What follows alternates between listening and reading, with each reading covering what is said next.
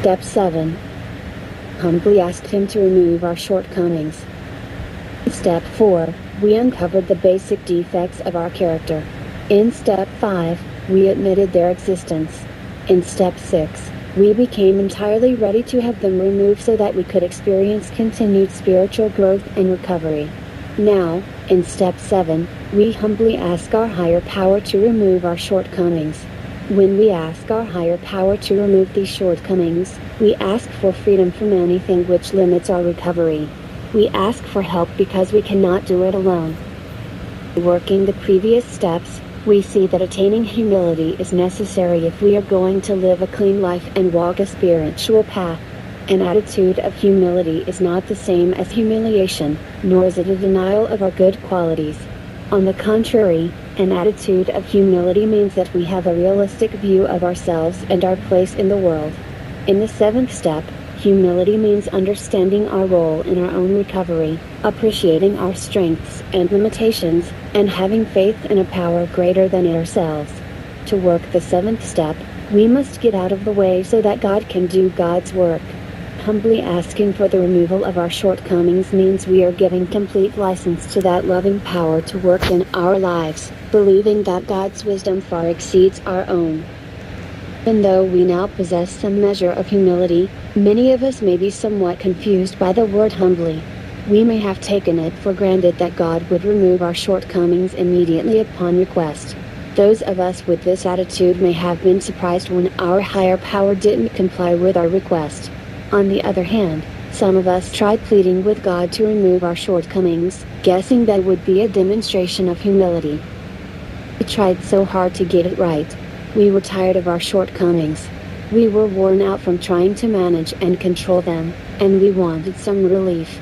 Oddly enough, this is precisely the attitude we hope to demonstrate in Step 7, the attitude of humility.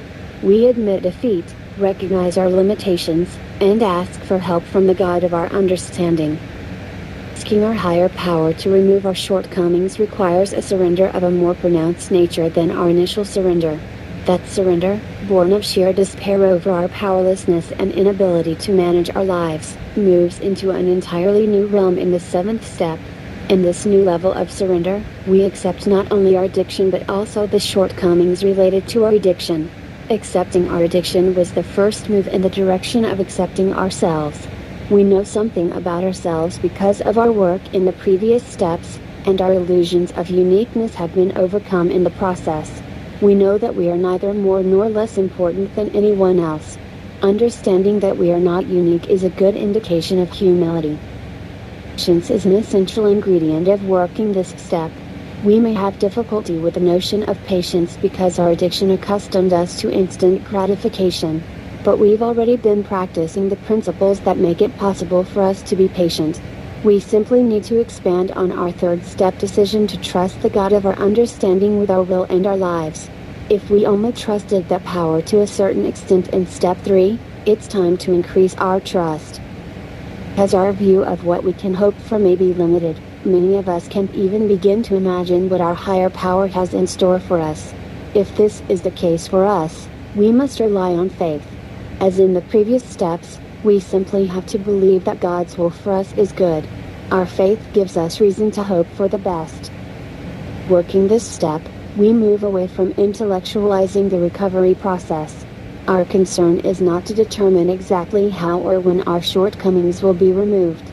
It's not our job to analyze this step. This step is a spiritual choice, a choice that goes beyond any emotional reaction or conscious act of will. To choose to bypass it would leave us with only a heightened awareness of our character defects and no hope for relief from those shortcomings. The resulting pain might well be unbearable. We've seen our character defects, our faulty belief systems, and our unhealthy patterns of behavior.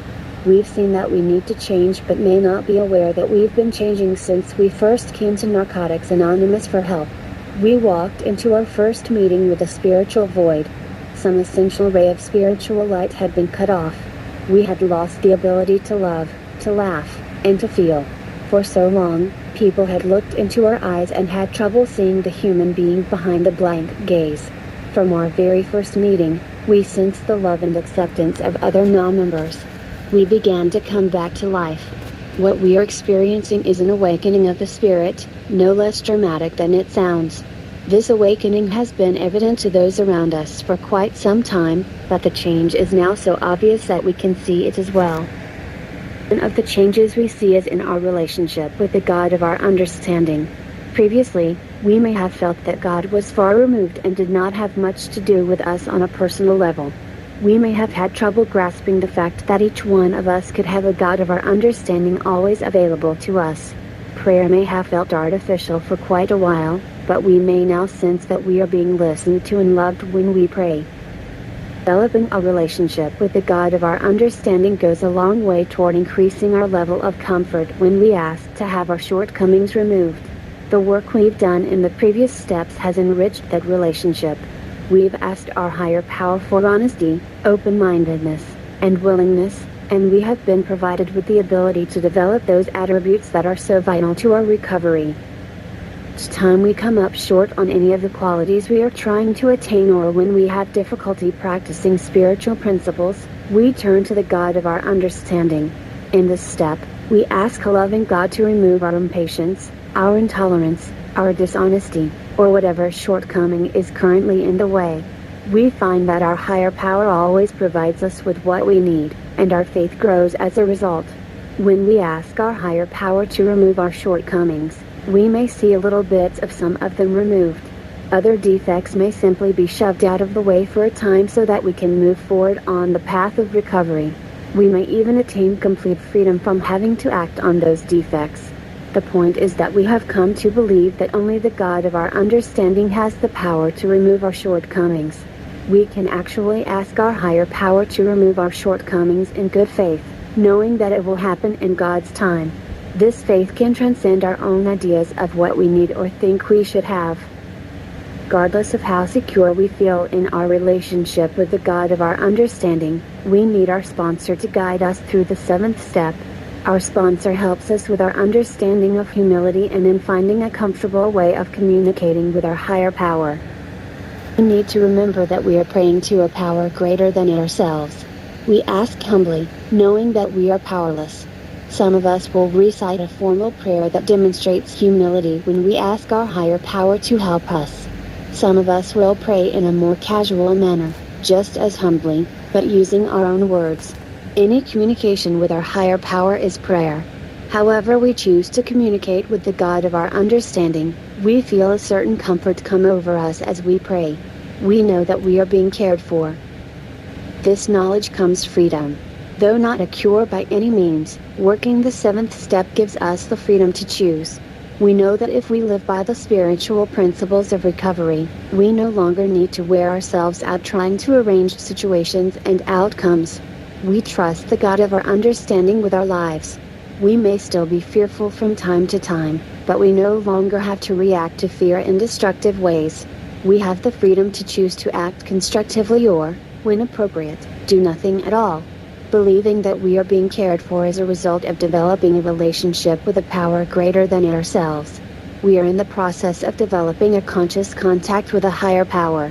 We will strive to improve that contact throughout our lives. We are conscious of the God of our understanding and feel that power's presence. The process of the 7th step brings about a peace of mind that we never dreamed possible. We sense that what is present throughout our search for spiritual growth is our ability to feel our higher power's love for us. We glimpse a vision of complete freedom from our shortcomings. It doesn't matter that we will not attain a state of perfection or complete humility in our lifetime.